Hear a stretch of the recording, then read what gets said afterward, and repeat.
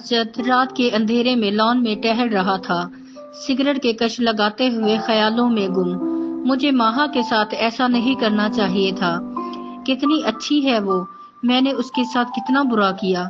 मैं तो सच में इसके साथ मोहब्बत करता हूँ, इसके बगैर रहने का सोच भी नहीं सकता।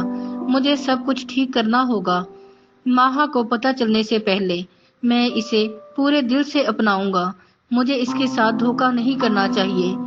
क्या मैं धोखा इसको दे रहा हूँ या खुद को? खुद ही को दे रहा हूँ। मैंने एक दिन भी अनाया के साथ वो खुशी महसूस नहीं की जो माहा के साथ करता हूँ। माहा को तो सोच के ही मुझे खुशी मिल जाती है। मुझे सब कुछ ठीक करना होगा, और वो भी बहुत जल्द। असद परेशानी में सोच रहा था। माहा बेड पे सोई हुई थी। जब असद ने इस पर पानी का जग अंडेल दिया तो माहा झट से उठकर बैठ गई, गुस्से से और जोर से असद चिल्लाती हुई, ये क्या कर रहे हो तुम? असद लापरवाही से, जल्दी करो, पहले ही बहुत लेट हो गए हैं। और साथ ही माहा की अलमारी से हैंग किए हुए सूट भी निकालकर बेड पर फेंकने लगा। माहा पानी को छोड़कर, ये क्या कर रहे हो? भागकर असद के पास आकर, इन्हें क्यों निकाल रहे हो? असद तेजी से देख देख कर फेंक रहा था। तुम्हारे लिए कोई अच्छा सा सूट निकाल रहा हूँ, असद ने कपड़ों की तरफ मुतवज्जा होते हुए कहा।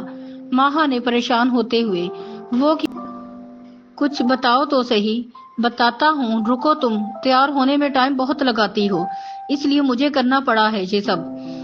हाँ, ये ठीक है, असद ने सूट की तरफ देखते हुए कहा। ये लो पकड़ो और जल्दी से फ्रेश हो जाओ, असद ने सूट माहा को थमाते हुए कहा।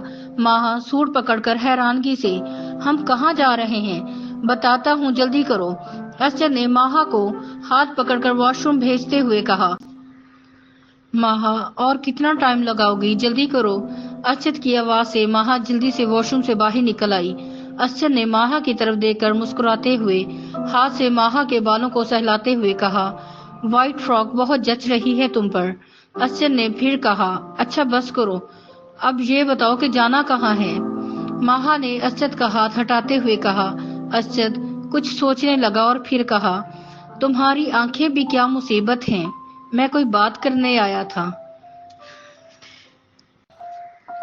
ओहो शायर साहब, अगर शायरी हो गई हो तो बता दीजिए अब, माहा ने मुस्कुराते हुए कहा। तो असद ने ड्रेसिंग टेबल से हेयर ब्रश उठाकर मुस्कुराते हुए कहा, बताऊंगा तो सरप्राइज नहीं रहेगा। फिर एकदम अंदाज बदलकर माहा की तरफ हाथ बढ़ाते हुए, तुम जल्दी करो, मैं नीचे नाश्ते के लिए वेट कर रहा हूँ, जल्दी निकलना है हमें, कहते हुए कमरे से बाहर निकल गया। और माहा मुस्कुराते हुए बाल संवारने लगी। माहा नीचे आई तो असद तैयार होकर नाश्ते के लिए बैठा चम्मच बजा रहा था। थैंक गॉड तुम आ गई, तुम लेडीज भी ना। असद ने माहा की तरफ देखकर बात अधूरी छोड़ दी। ओके, अब आ गई हूं ना, माहा ने खुद को सेव करते हुए कहा। चलो अब जल्दी करो, असद ने ग्लास में जूस डालते हुए माहा की तरफ बढ़ा दिया।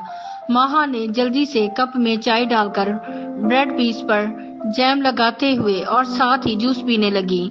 अरे कितना खाती हो तुम, तुम्हें देखकर लगता तो नहीं है, असद ने जूस पीते हुए हैरानगी से मजाक करते हुए कहा।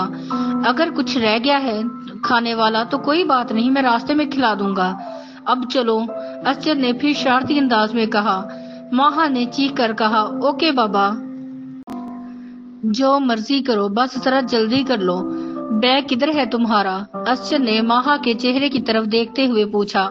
तो माहा ने लापरवाही से कहा, जब बैंक साथ है तो बैग का क्या काम? माहा के जवाब से असद लाजवाब हो गया।